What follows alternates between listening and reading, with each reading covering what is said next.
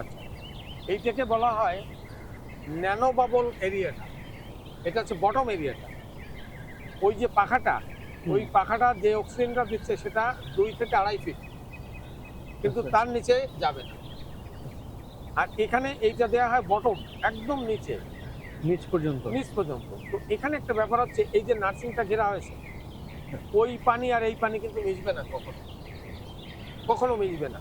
তাহলে আমরা যে এইটা করছি, ওই দেখো একটা পাম্প, ওর সাকশন আছে বাইরে, বাইরে থেকে পানিটা টেনে আমরা ভিতরে দিচ্ছি, কারণ অলওয়েজ বাইরের পানি ভিতরে আসছে উইথ হুম, অক্সিজেন।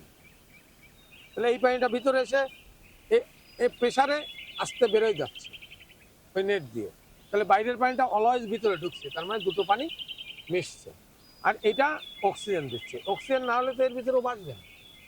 হ্যাচারিতে যে ধরনের অক্সিজেন দেওয়া হয় ন্যানো বাবল, ওইটা তো বড়, ওই ওই এরিয়াটারে কিন্তু বাচ্চা অ্যাডজাস্ট করতে পারে না। এই ন্যানো বাবলটা ওরা অ্যাডজাস্ট করতে পারে, এই জন্য এই ন্যানো বাবল এরিয়াটা দেওয়া হয়েছে।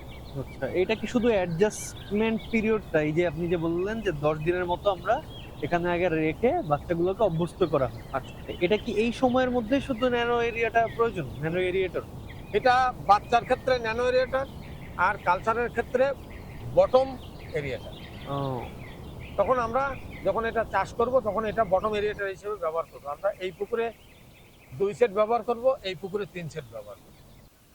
আর একটা জিনিস হচ্ছে, এই যে পাখাটা, এই পাখাটা স্রোত তৈরি করে। আচ্ছা, স্রোত হয়ে একটা গামলার ভিতরে যদি তুমি পানি দাও, ময়লা পানি দিয়ে আস্তে ঘুরালে, আস্তে আস্তে কিন্তু ঘুরতে ঘুরতে সলিডগুলো আস্তে আস্তে মিডিলে চলে আসে না? হুম, তো এখানে এইটা যখন এই দুটো পাখা চালানো হয়, পানিটা ঘুরে ঘুরে তুমি যে খাবারটা দিলে, ওই খাবার কিন্তু চলে যায় সব মাঝখানে। তাহলে আচ্ছা, ওই টাইমটা তোমাকে বন্ধ রাখতে হবে। তাহলে প্রতি খাবারে যদি 2 ঘন্টা করে বন্ধ হয় এরিয়াটা, তাহলে 4 বার খাবারে 8 ঘন্টা বন্ধ হয়ে গেল না? হুম, তাহলে এমন একটা সময় আসবে তোমাকে 18 ঘন্টা এরিয়েশন দিতে হবে। তো এই যে বেশি খরচ হয়ে যায় এটা, কিন্তু আমি যদি এই ন্যানো বাবলটা দিতে পারি, তাহলে ওই হুম, পাখা না চালাই, আমি শুধু ন্যানো বাবল দিলাম, ন্যানো বাবল এক গোড়াতে দুটো চলছে, আর ওখানে 2 গোড়াতে একটা চলছে, পাওয়ার কনজাম্পশন বেশি হচ্ছে। আর ওইটার নিচে আপনার যাবে না, অক্সিজেন যাবে না, তাহলে বাধ্য হয়ে আমাকে এটা চালাতে হবে। আচ্ছা। এইটা আমি ফিডিং এর টাইমেও চালাতে পারি, অলওয়েজ চালাতে পারি।